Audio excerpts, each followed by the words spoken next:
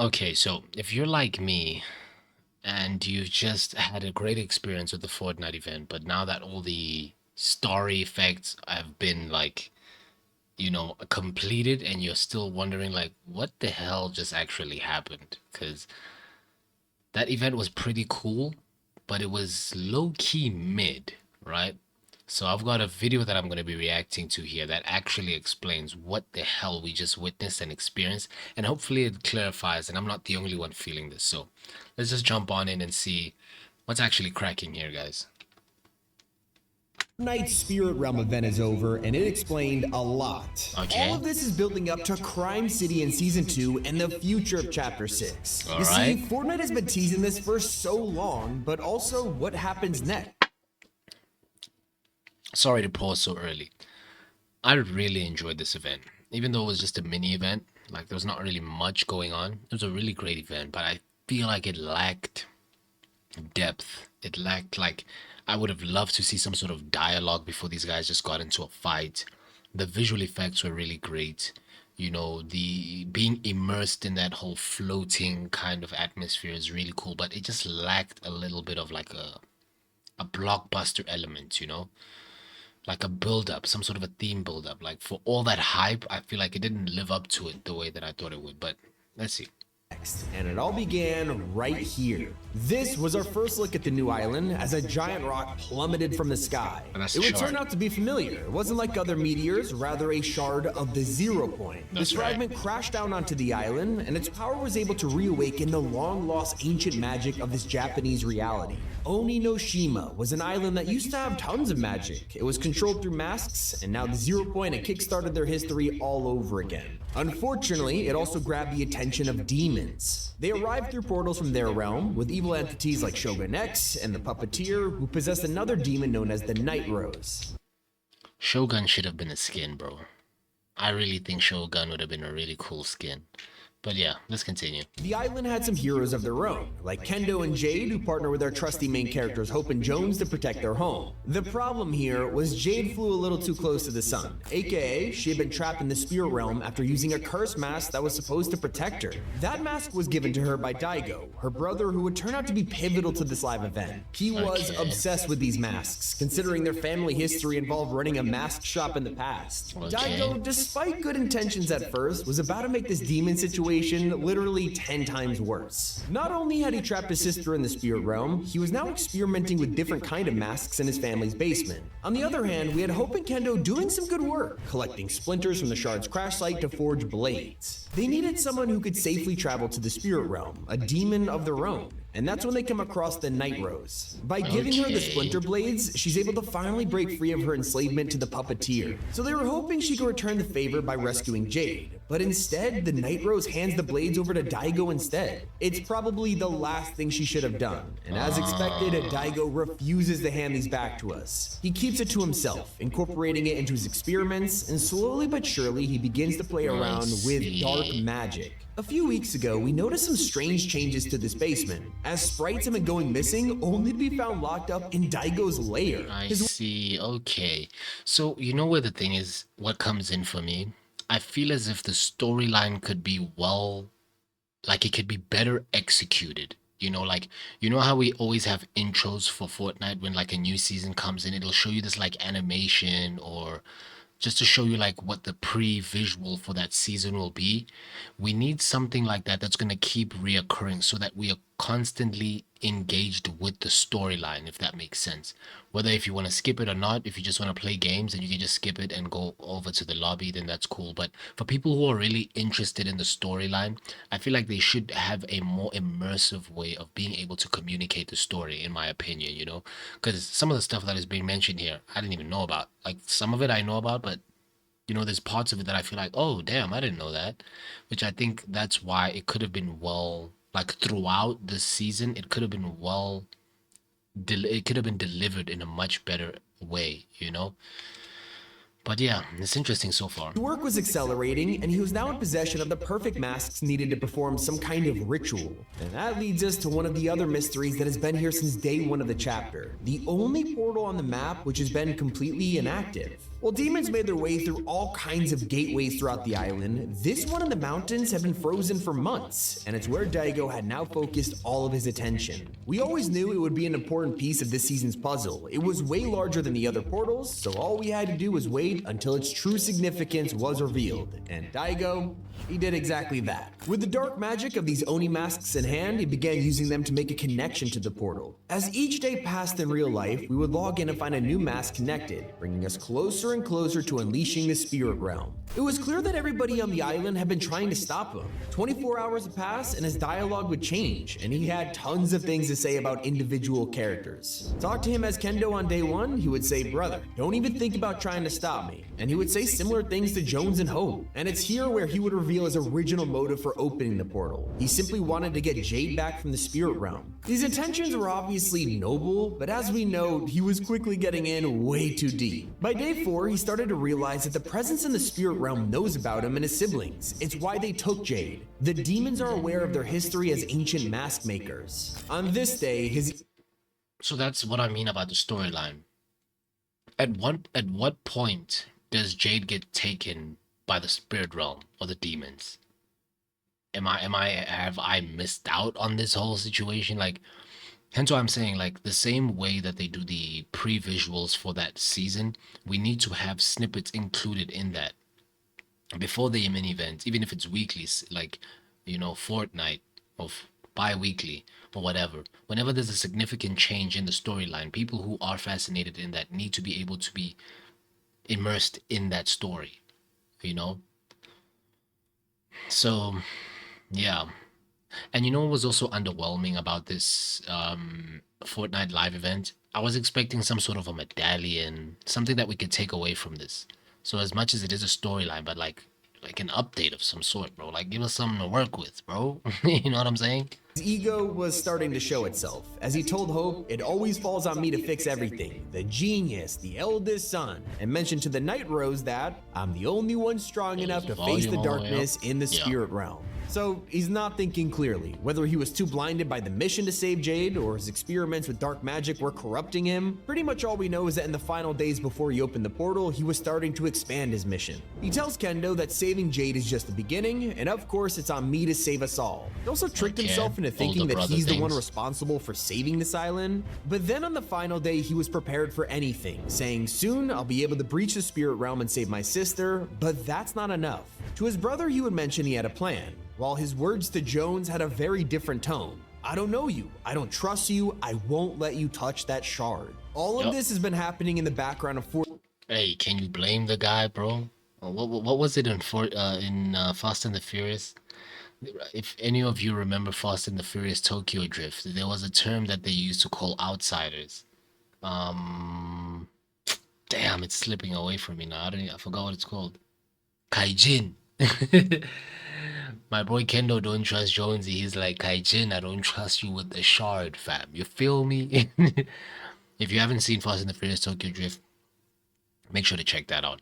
But with any critique, it's always good to give the good and the bad. And I must say, from the good components, or the positives I can give for this, is that the attention to detail in certain things in Fortnite is really meticulous. It's really great. I do enjoy playing the game. The attention to detail, it's not always perfect, but you know what? These guys spend a lot of hours, guys. That team spends a lot of hours trying to make sure that everything is well put together so that by the time we play, we have a great experience. So I must give a shout out to Fortnite and Epic, as well as Top 5 Gaming, who is which is basically the video that we're reacting to now. He's also done a really great job of putting together all the information and articulating it well visually. So make sure to check out his YouTube channel. And if you're enjoying this type of content, this reactionary type of content, please make sure to subscribe, hit the notification bell, like and comment, and let me know what you guys thought about the live event. But yeah, let's continue. Fortnite matches, with most players having no idea it was even going on. Now, the Spirit Realm event has happened, and it is crazy. Let's explain why it happened and what happens next. All right, cool. All right, I'm here. I'm tuned in. Right here, bro. You see this part right here? I feel like just before we get here, we needed to get some sort of dialogue. And even before they become giants, like how do they become giants?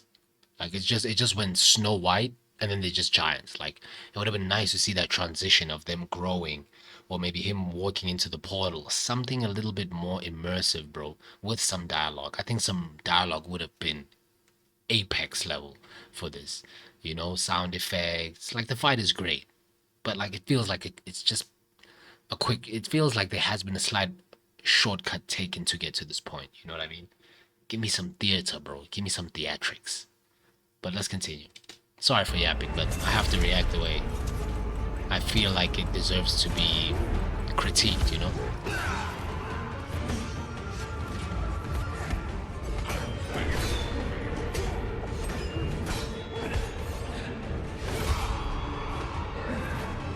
Maybe it could be something new for Fortnite to start investing in voiceovers or something, you know?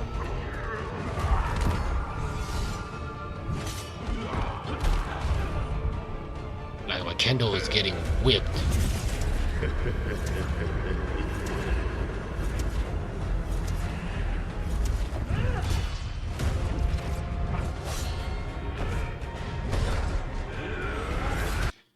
You see, that for me is the critique that I want to give. Like, them fighting on top of this terrain doesn't necessarily make sense. Because you can see that it's on a flat level surface. You know, from a 3D perspective, it doesn't necessarily make sense for them to be fighting on a flat surface, given that they're on top of this type of terrain. It would have made sense if they were on a much flatter terrain, right opposite to where the map is. Let me try and rewind here. Nope. Let me go back. Yeah, right here. The terrain to the left here. It would make sense for them to have this fight here, you know?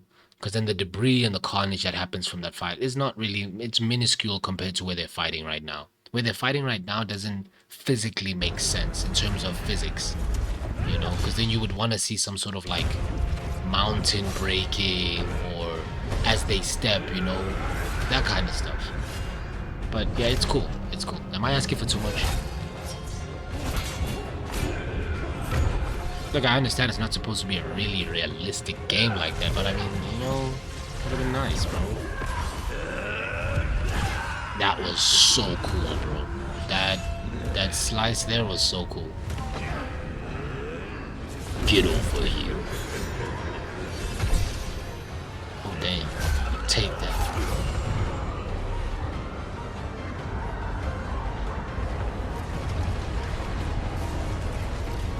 Jacob's just chilling there, bro. Like, what you want to do now, bro? It's a mic So, drop the event was pretty cool, but what have we learned from this? Well, Daigo was finally able to free Jade from the spirit realm. Okay. Now, the event is over, and you can talk to her for some extra story. It tells us that the spirit realm has the shard of the 0 point, and we can't let it take the island. And it's not just the demons we gotta be worried about. Pay attention to the portal itself because it's now spitting gold onto the island. Tons of it. If you ask Jade what this means, she doesn't know. But she does predict it'll bring greed, fighting, and mayhem to the island. So the question you're probably asking right now is what is this building up to? And it's a completely different theme. With the chaos of the spirit realm taking the whole island by surprise, things are about to become lawless. Society will collapse for this new season theme, and in the official teaser, you can see exactly how with the new Crime City POI. Some fans are wondering whether this will be an entirely new area on the map or the destruction of places like Seaport City. But one thing's for sure, it looks brutal. And everything you can see in this teaser is a secret clue for what happens next. The obvious elephant in the room is another return of Midas. This has caused some hilarious mixed reaction. I promise you when this thing comes out, I need that skin, bro. That is one of the best variations of Midas I think I've ever seen, bro. Like the first one is cool, OG one obviously is going to be cool, but this one right here, this one looks real cool. With some people calling him an e-boy now, and others being a little frustrated that every time his story ends, he comes back. Well, throughout the past few months, we've had people referring to someone as Midas's old friend, and we have no idea if that means this guy isn't actually Midas, or if they're talking about someone like Big Dill. Yes, Midas, he's the new main character of Chapter 6. As we move on from stories like Daigo and the Masks, we're turning to a more crime-focused plot for next season. They literally have been teasing it right under our noses. If you've seen my previous videos, you'll know that we've been watching this abnormally large pickle growing in the Kappa Kappa factory, and it's been going on for a couple weeks. It all started when players found a strange drawing on the CEO's desk outlining plans to grow a fully conscious pickle. Then the experiments began, we could see it physically growing on the map, and well, next season he'll be alive and thriving as Big Dill. He's a pickle who seems to be a part of a Practically famous Pickle rap Rick's duo known cousin, as bro. the Tasty Boys. And well, Fortnite went out and tweeted this tour poster earlier this week with a Spotify playlist apparently curated by Dill. I will say it was a joke, but when you open the playlist, it was literally just songs that were named after food and drinks. Take a look closer at Smart. the teaser in Crime City though, and you'll see a mugshot Absolutely of Dill smart. along with the message that says he has a new single drop. Guys, I don't know if any of you are involved in marketing, but I think that's fundamentally one of the key components that makes Fortnite such a big hit. Their marketing team and their marketing department is absolutely outrageously good, guys. I think that's one of the main things because I was on Twitter the other day and I saw a post from Call of Duty, them doing a collaboration with Turtle Mutant Ninja Turtles, and everyone in the comments was like, "Bro, Fortnite has done this already," and that's why I think it will always continue to Fortnite will always continue to be one of the best games because of their marketing strategy, their collaborations with artists, their metaverse in these types of different assets of games or aspects of games. You know, rocket racing, Lego, Battle Royale, Reload, OG. Like, there's so much that you can be able to do. I think that's one of the main factors that's going to keep it fresh. Even though we, as the consumers or as the gamers, we always want to nitpick at certain things. I just think overall, as a marketing team or a gaming company with a marketing team behind them, the way they have been doing so far, they are doing a really great job, bro, at keeping the game fresh. Dropping soon. That's not all, they even named the tagline of the season after him. It's called Lawless, Deal With It. And if you still weren't convinced this guy is gonna be a huge character, Epic already created a life-size costume and they IRL? posted a real-life photo of him in the studio. Now let's go back to this teaser again, because it tells us so many insane secrets about next season, like the restaurant in the background. As you can see, it's a pig mascot on the roof, pig and looks so fans have creepy. connected this with a recent survey skin that shows a pig-headed butcher, probably our first look at one of the Battle Pass skins. What about the gameplay features? Well, check out this armor bank van in the middle of the road. The doors have been blown off, and you can see exactly how with a giant drill laid next to it. This could be our first glimpse of some kind of new drill item that lets us break into these trucks. And we do know that leakers have been talking about some kind of robbery gameplay that'll be a part of the season, and this might be our first teaser of it. I wonder if we'll have to work together to break into moving trucks, or maybe we'll just steal them instead with a vehicle hijacking feature that's been leaked for a long time now. Ever since the Wreck season, data miners have been talking about some kind of mechanic that'll let us steal cars from other players and NPCs. It never showed up in Wrecked, but some think that it'll make its grand introduction for Lawless. Oh, and have you noticed what else is on the road in this picture? Ever since Fortnite removed access to sewer travel, not only did they delete the feature, all the drain covers were deleted too. That's until now, Okay. where we've spotted one in this Crime City teaser, possibly indicating that we'll be able to use sewers as escape routes during our bank robberies. We could even get away by rappelling. This one has been in the works for a long time, and every chapter we think it'll be introduced into the movement. Well, spoiler, it hasn't, but if there's a perfect time to let us rappel up or down walls, it's literally now. So what is the perfect collab to fit into a crime-themed season? Well, this one took me by surprise, but the Yakuza games will be making their way into Fortnite just in time for next season. Both Kiryu and Majima are getting an outfit in Lawless, and fans are going crazy over it. Some of them even Okay. joking it's not the first time they'll be in the same game as Hatsune Miku. Anyway, that is the Fortnite Portal event explained, what happened before and what happens after. This has been Tommy, and I'll see you all. Wow. Okay. At least we know where this is leading to. I can almost say I can connect the two dots now. You know, with Lawless, with Jade coming out of the spirit realm, mentioning that she's going to, or the gold is basically meaning, well, she doesn't know what it means, but the gold basically could mean that it's going to spew a lot of hatred, greed. Greed ties into robbery, all that kind of stuff. It kind of makes sense. The fact that the Lawless poster or the logo, quote unquote, is kind of gold. It's starting to make sense. So we'll have to see. We'll have to see. But you know what? For now, Thank you guys so much for watching my reaction video. Thank you for giving me your time for me to yap. But let me catch you guys on the next reaction videos. Let me know if you guys are enjoying these reaction videos. What did you enjoy about this event? What didn't you enjoy about it? What do you think could have been improved? What do you want to see in this new chapter? And let me know all that stuff down in the comments, and I will catch you guys on the next reaction video. Progress out until, yeah, you know what I mean. I'm tired. Long day.